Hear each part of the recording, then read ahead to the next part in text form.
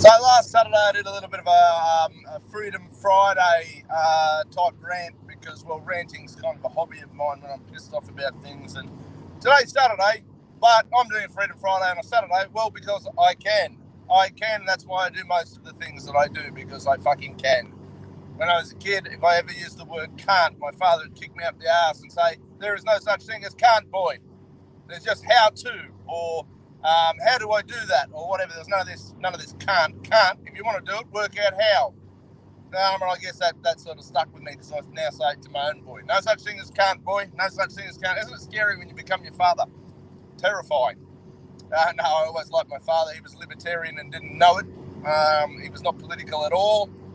And he did hate the idea of authority and people lording over him, and I kind of must have inherited a certain amount of that.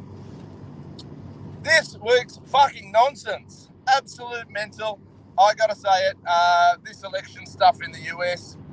Is the election rigged and doctored? I don't know, but is there a whole bunch of shady shit going on? Without a doubt. Now, not to say there wasn't shady shit going on before. There's always been shady shit going on in elections, because politicians and power-hungry lunatics, by nature, are corrupt. They have to be. It's the only way they get the job. Even the good ones. Even the good ones have to sell their soul in portion to get a Guernsey. That's how it happens. But take Trump and Biden out of the whole shit show, and here's the most impressive thing that shows just how fucking ludicrous the entire version, this current incarnation of democracy is. A fucking dead guy got elected over the weekend, or through the week. A dead guy. He'll be the most efficient politician America's ever seen, no doubt. But a fucking dead guy got elected to Parliament in the United States of America. Now, if your political system allows for somebody dead to get elected, not to mention the dead people that have been voting for years under the Hillary Biden watch, you know, we all have seen the stories about the Democrats setting elections up so that dead people can vote and the like. I'm pretty sure Jeffrey Epstein voted in this election, and he's dead as shit. But just to up the game a little bit, and he's a Republican, so I'm not saying that this is a pro-Trump, anti-Trump, because I like Trump better than Biden, but I still think they're all fucking shady. A dead guy elected to Parliament in America.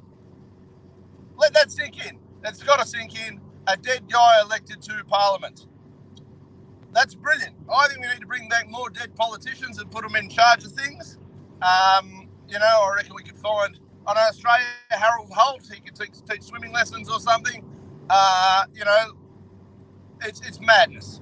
And we put our faith in this democratic system whereby, you know, if my gang has 51% of the vote, we can tell your gang what to do, and you will submit to us and follow all of our shit for 4 years, 2 years, 3 years, whatever, depending on which electorate, which role, you know, your upper house, lower house, councils, all this sort of shit. Congratulations, by the way, to the Liberal Democrats and Libertarian type guys who got elected to councils around Australia this week, and to the guys who didn't. Hey, tough gig.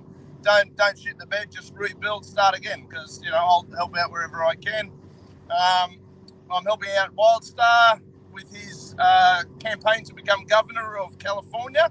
So anybody who doesn't know Wildstar, tune in on Wildstar, check out the interview he and I did, but then also check out his other stuff, because the guy's brilliant.